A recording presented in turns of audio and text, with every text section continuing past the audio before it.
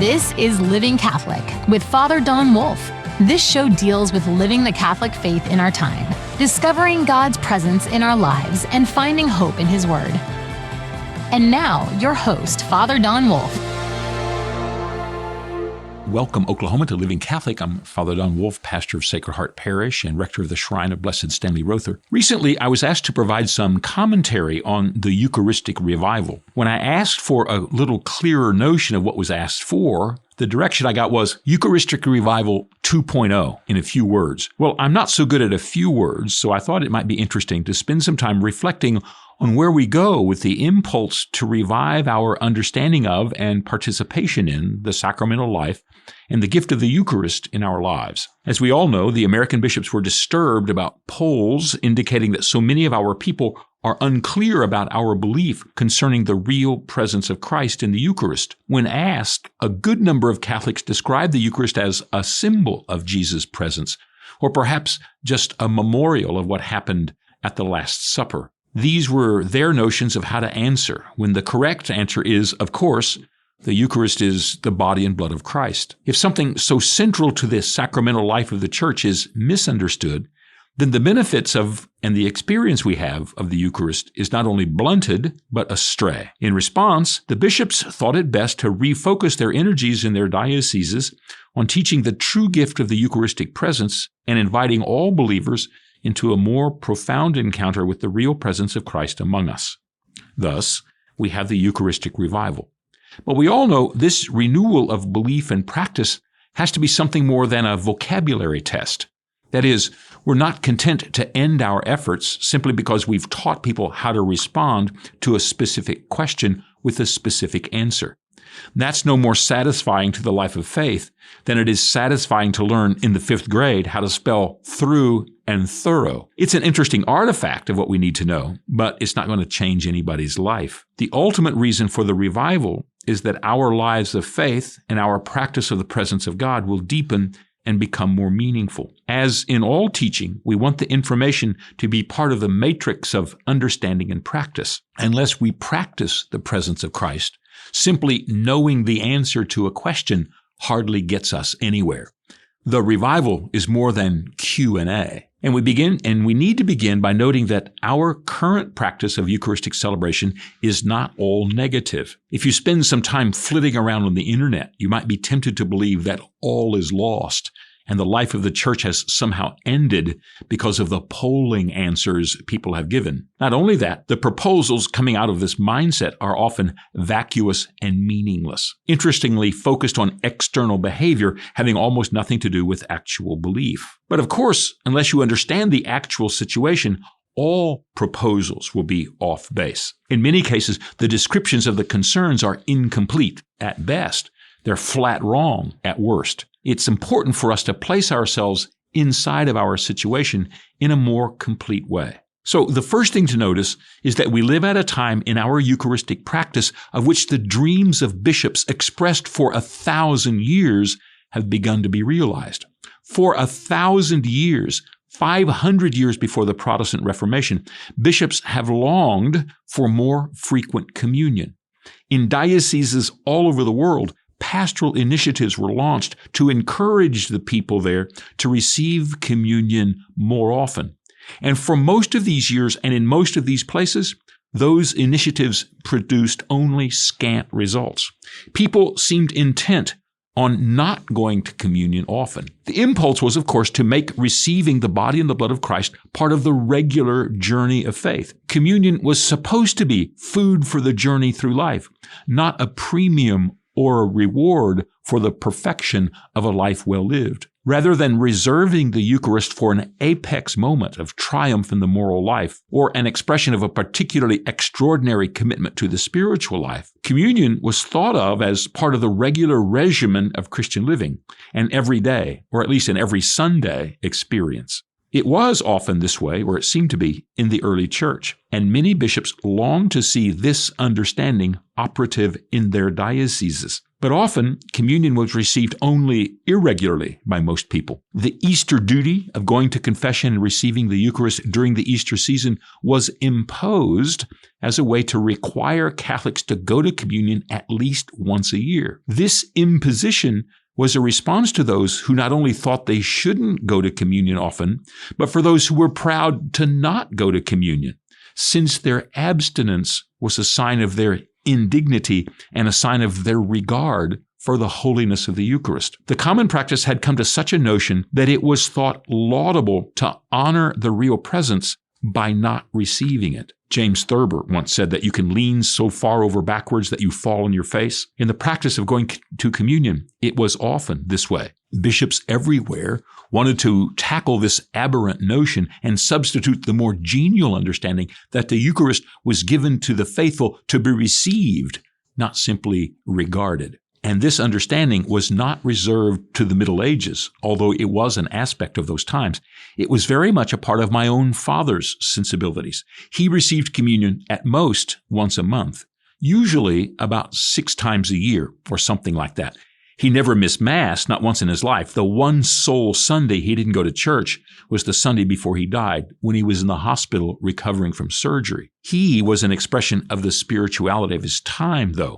The premium was on attending Mass, not on receiving communion. It's an irony to note that while he went to Mass every Sunday and every holy day, without ever a thought of not going, he received communion about as often as a Presbyterian, about once a quarter. In the spiritual understanding he practiced, going to Mass and receiving communion were not the same thing.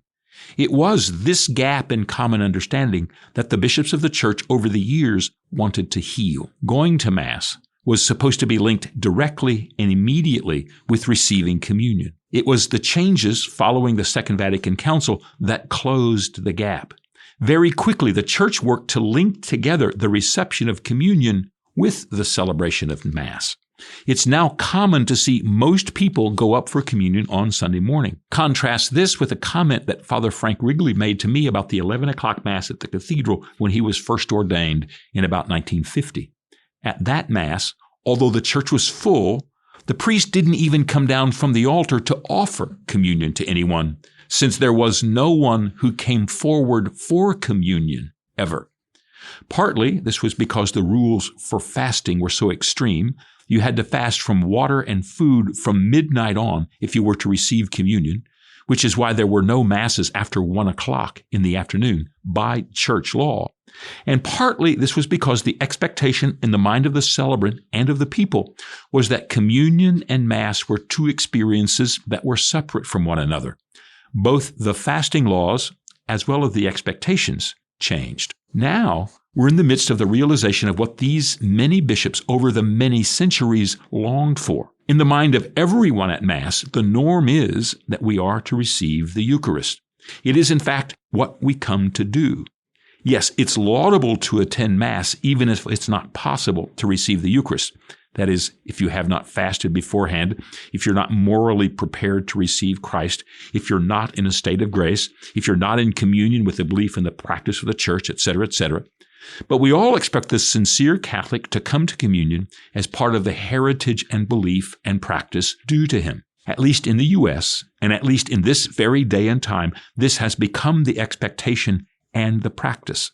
Rather than a premium or a prize offered to those who are extraordinary in belief, observance, and piety, communion is the food served to sustain the ordinary traveler on the roadways of life. That's a good thing. We do not live only amid negative or depressing news when it comes to sacramental practice. If there are sacramental excesses in our day, and no doubt there are, we might remember we are in the middle of correcting a sacramental excess that went on too long. Finally, we're doing something the right way that's good for everyone. There are other complaints, of course.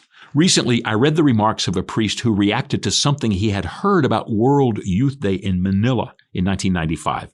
He had read that though there were not enough provisions for distributing communion for all the people who had gathered there at World Youth Day, so the hosts were being passed from person to person in the densely crowded environs so that anyone who wanted to receive could, in fact, go to communion as part of that notable experience. And reading that, he was appalled. In fact, in his reflections, he resolved that he would lead the charge for making sure that no one ever received the Eucharist again except by kneeling and being given communion by a priest.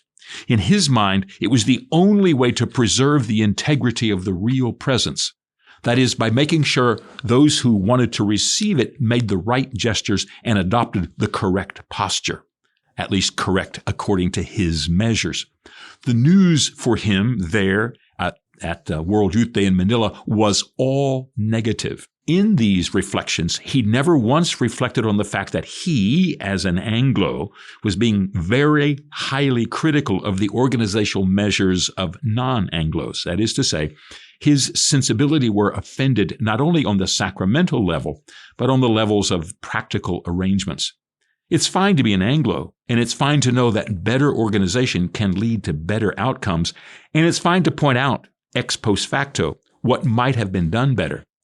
But at the same time, it's not fine to confuse a lapse in logistics with a defect in faith or a lack of sincerity. It seems never to have occurred to him that perhaps the organizers were surprised by what they found, and perhaps they did just the best they could. After all, on the spot, someone had to decide whether it was better that people receive the body of Christ at the papal Mass, even if in unconventional ways, than not to receive it at all because of a lack of thoughtful preparation. I'll let you chew on the appropriate answer to that question, which had to come to some solution at communion time right then and right there. His reflections also did not include the fact that the gathering in Manila, involving millions of people, was one of the largest gatherings for any single event in the history of humanity. In his mind, he could not be grateful for the fact that millions turned up to listen to the message of the gospel from the mouth of the Pope, to hear the words of consecration repeated from Christ's own commands to his disciples, and to receive from the hand of the Pope the very body and blood of Jesus himself. It seems odd to me that in such a setting, he could find nothing positive to say other than there were just too many people who wanted to go to communion. I'd say he missed the point. Or perhaps he was leaning so far over backwards that he didn't even notice he was falling on his face. In our age, at our time, in our practice, there are many positives. We're not living only in a time when all is in ruin or we are at the end. As in every time in the life of the church, we're living through vast changes and great resettling of established patterns and practices. Some of these are incomplete. Many can be negative. A lot are positive. It's important we acknowledge what is and isn't among all of the attributes that we can ascribe to our eon. The context I think most important to establish as we're trying to revive our appreciation for the promise of the real presence is to understand ourselves in our environment. When someone responds to a pollster about whether Jesus is really present in the Eucharist, that person is also dealing with an aspect of society the pollster isn't asking. The question not being asked is, what's really present in your life? If we had to answer the interrogatory about what's really truly there in our lives, what would we say? What would the average person say? It's a real question for all of us because we live at a time of real absence in everything. Almost nothing is really present to us at all. That absence is highlighted in the novels of Michael Welbeck. All of his characters suffer from the forgetfulness of the age. In the novel, The Elementary Particles, the main character, a professor, spends some time at a retreat house. Now, this novel is written in France. Michael Welbeck is one of the best-selling novelists in France. But at that retreat house, this character spends some time at, it had been a monastery for hundreds of years and had been a notable place of saints and scholars. But most of all, it had been a place of prayer, sacrifice, and wisdom for centuries untold. But as he was there, the professor wandered through what had been the chapel. He looked at the details of the architecture. He visited the area that had been the library, and he looked at the grounds outside of his window. He knew there was something about the place that was attractive, and he knew men had come there to deepen their relationship with God. But it made no impression on him at all. other than to note that the carvings there were splendid. Every part of the place, its history, purpose, and expression, were absent to him. He took part in real absence. And we all know, not just in novels and not just in France, that we're living in an age of real absence. Just recently, there was a report on ABC News about the closing of churches across the country.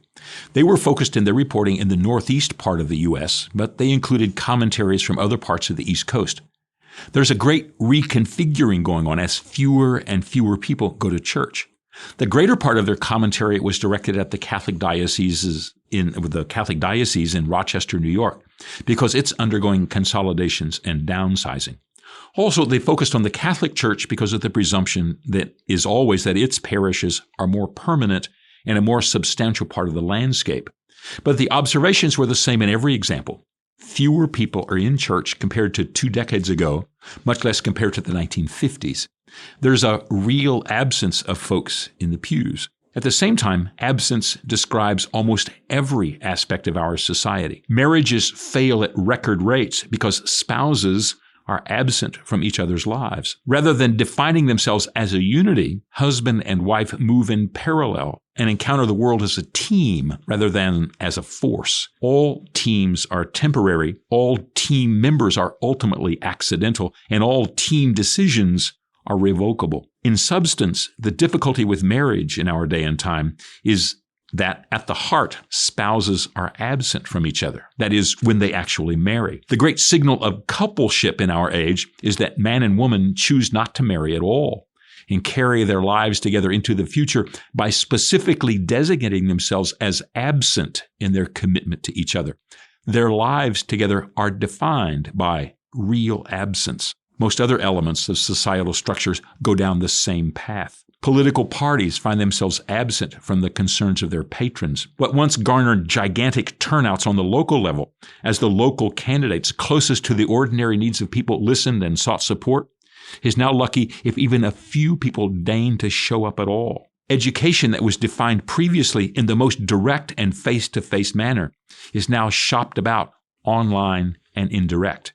Even healthcare is moving in the direction of anonymity and impersonal treatment, as the doctor-patient relationship becomes more transactional and less interpersonal. Even dating has become obsolete as more and more people, mostly young men, opt out of actually coming to learn about the women in their lives and choose online interaction or the stilted fantasy of pornography, or they choose no relationship at all. The very heart of personal futures and lively contact, not to mention breathlessness and beauty, is now most defined by the perpetual and cold absence of postmodern life. Nobody is present to anybody. What's most frightening is the prospect that no body is present to any body at all. We've reached a point in which we have a hard time actually coming to grips with the truth of bodies themselves. With serious faces, we're told by experts that the body of a child is no measure at all concerning whether that child is male or female.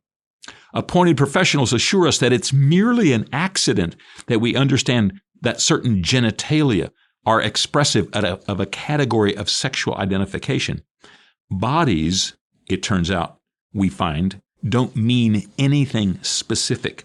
In fact, a person is so absent of their body that no one can tell who or what that person might be by way of the organs and skin that person might have. Real absence defines the most basic expression of life and being in our age.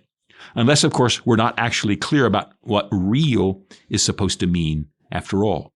We all understand more or less that real is supposed to indicate actual, substantial, instantiated, certain, positive, concrete, compared to what is illusory or phantom or vaporous or insubstantial or intermediate. But it's harder and harder to know what real is supposed to indicate when we're talking to somebody. The most revealing scene about this difficulty was a video I saw recently of a climate protester in England. He was part of a group blocking a roadway there, trying to draw attention to the proposal to ban all oil by 2030. When asked by a reporter what he wanted, he insisted that all sources of activity that contribute to adding CO2 to the atmosphere should be banned in order to save the planet. Oil production, cars, buses, airplanes, etc., all fit into his category of those artifacts to be banned. Then he helpfully clarified that all agriculture should be banned as well. All agriculture. When hearing such a statement from someone who's never missed a meal in his life, you begin to wonder if he could define real in any substantive way,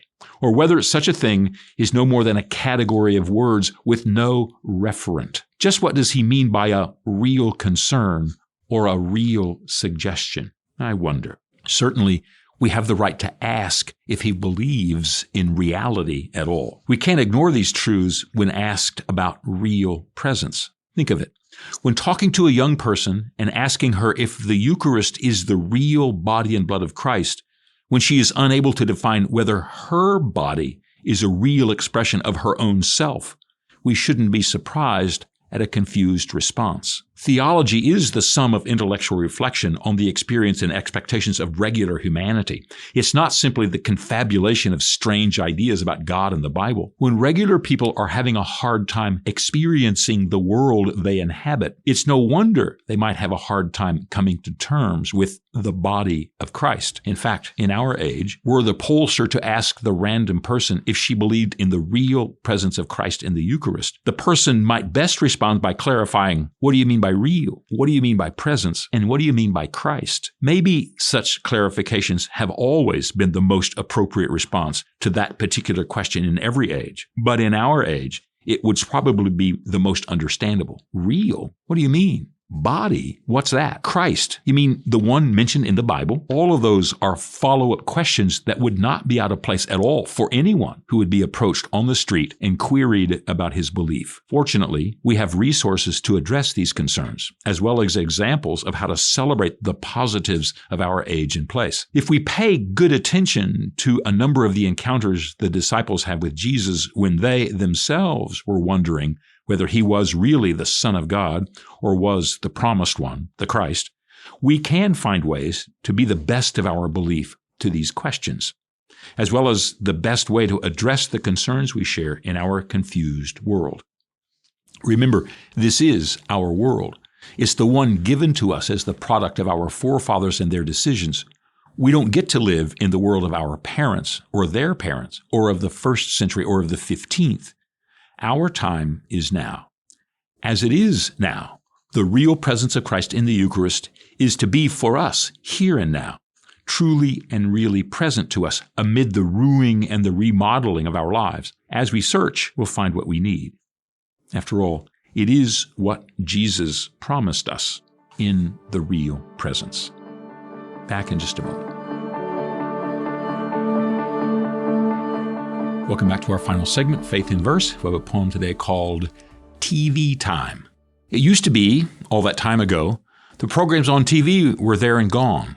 We had to look at the schedule and plan to see when they were on. The networks worked to advertise and tease us with their plans, thereby moving quick to entice the spirits of their undying fans. And we were fans, more than anything else, of what they broadcast so regularly, sitting to absorb all they offer us and sell with the ads that hit us so squarely. But miss an evening, and it was gone. Your chances to see and absorb the hour, even if the evening was long, if your planning was off, the time went sour. Now, though, it's a wholly different day. When the programming disappears, we have 100 different ways to watch all we pursue and miss and hold dear. No need to worry. There is no more prime time where all eyes are turned in one direction. Never a sole evening or just one line. No point at which we reach inflection. And so time's value has cheapened so. We need not value the hour or day, since all will come to us even though we wait, our anticipation phrase. We can safely go on past and just ignore all there is in patience and in hope. When everything is just there more and more, time lost and gone becomes but a trope. That's TV time.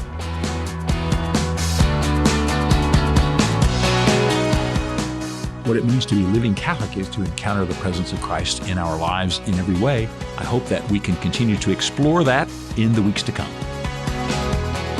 Living Catholic is a production of the Archdiocese of Oklahoma City for Oklahoma Catholic Radio. To learn more, visit okcr.org.